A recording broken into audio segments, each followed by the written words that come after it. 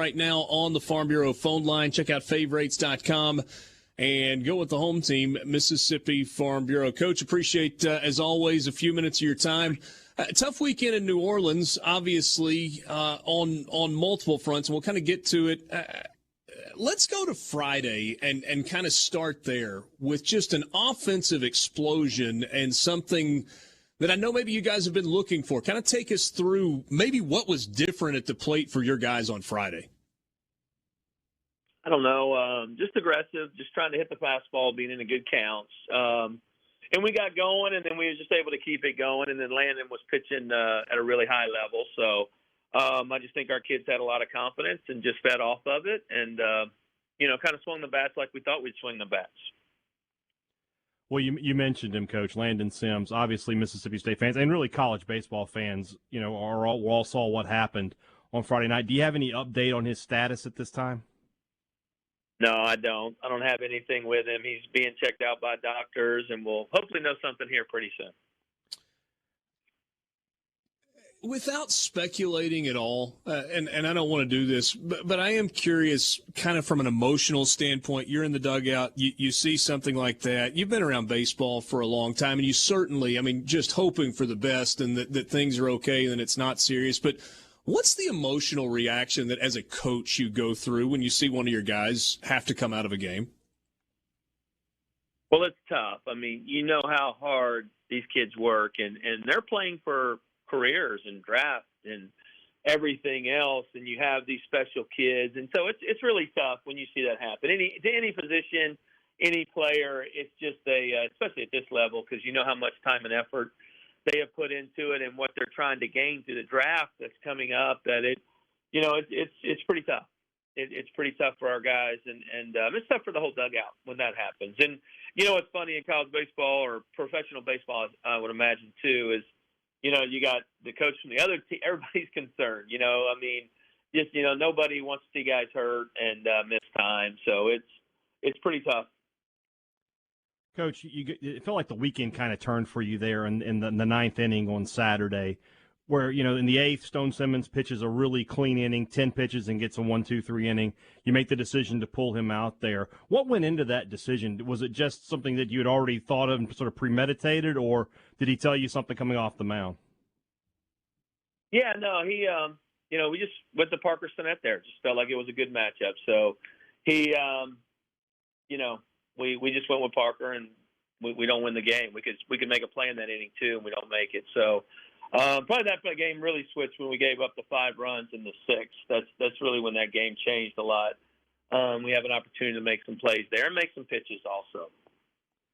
Offensively, like Richard asked you, much better this weekend, especially Kellum Clark, who I thought, obviously didn't have a hit coming into the weekend, goes and throws a couple of bombs over the wall and plays really well. Clark and McGowan were sort of going back and forth there in right field.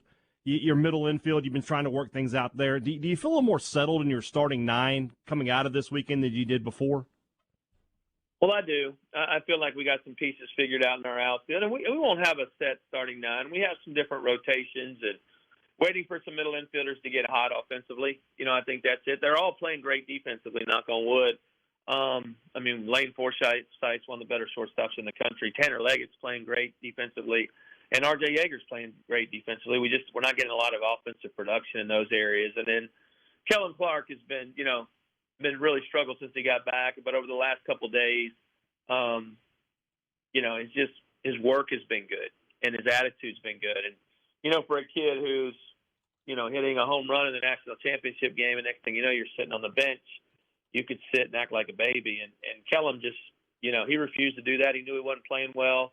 He had great practice, great work, and then we talk all the time, the game rewards that, and that's kind of what you saw with Kellum this week. And he's a special player, but this game can be very tough. And so having a couple of days off maybe gave him a little perspective, and hopefully he can continue to hit like he did this weekend.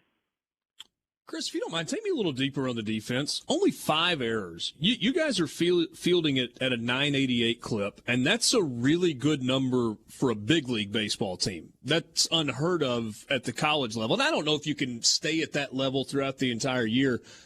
How does that happen, though? Obviously, guys have got to be good individually, but in terms of just keeping that rolling, how do you do that? Our practices are basic, so basic fundamental defensive practices. Our coaches do a good job, but we have some players who are just naturally really good defenders. And so I just think, they're just going out and making routine plays. But, if you watched a lot of the games this weekend, Brad Cumbus took one over the wall, made 2 diving catches. Jess Davis, 2 catches. Kellen Clark made 2 or 3 really nice catches. You got guys, and then you got maybe the top defensive catcher in the country in Logan Tanner. So we just have some guys that are very, very good defensively,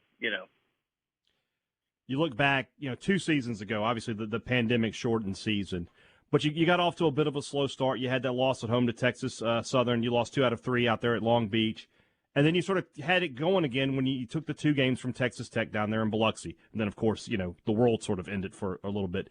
Do you feel any similarities this year to that 2020 season in terms of how the season started off for you? Well, both, I guess, even number of years and odd number of years, but, started out a little slow, but we were gaining some momentum there with that team in 20. The Long Beach State trip was tough, but, we felt like, we had special middle infield, and we had, the young arms. A lot of people didn't know about the Bednars and Simses at that point as much. And then we got to this Texas Tech series. They had, I guess Sims did. But Bednar pitched great at Long Beach. It's these different pieces that we had coming up. We haven't pitched with as much poise right now, so I'm not going to say that. Maybe it'll happen in these next 2 days.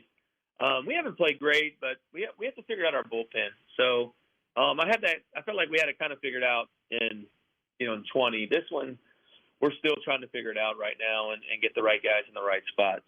So, I think that's the biggest piece for us. And when we do, hopefully we can take off. It's just when it gets late in the game right now, it's not you want to be able to go to guys you can trust, and trust means just making the other team win the game and us not giving it to them. And on Saturday, Mikey Tepper gives up a home run as a walk-off, but I grabbed Mikey Tepper right after the game and I told him, I said, they earned it. That's fine. I can live with that. If the guy hits a 96-mile-an-hour fastball out of the park, I don't like it, but he earned it. It's when we walk 2 guys to lead off an inning, or we hit a guy, or we do something that doesn't make them earn it. So we're trying to figure out that piece, but and maybe we will. Maybe after 2 games here, we'll feel great. We'll go home and get ready for SEC season, because I still truly believe we got a good baseball team. Well, you've got a tough week this week, the 2 with Texas Tech and then 3 at home with Princeton. Pitching is going to be something you're going to have to sort of piece together this week and figure it out. Do you have an idea of who's going to start the games in Biloxi? And do you have an idea of what your rotation is going to look like this weekend? No ideas at all. We're going to figure out some things tonight at practice, see how guys feel, and gauge them. We haven't, after last night's game, we haven't been back on the field, so we're going to practice here in about 30 minutes, and we'll meet and talk and then kind of figure it out.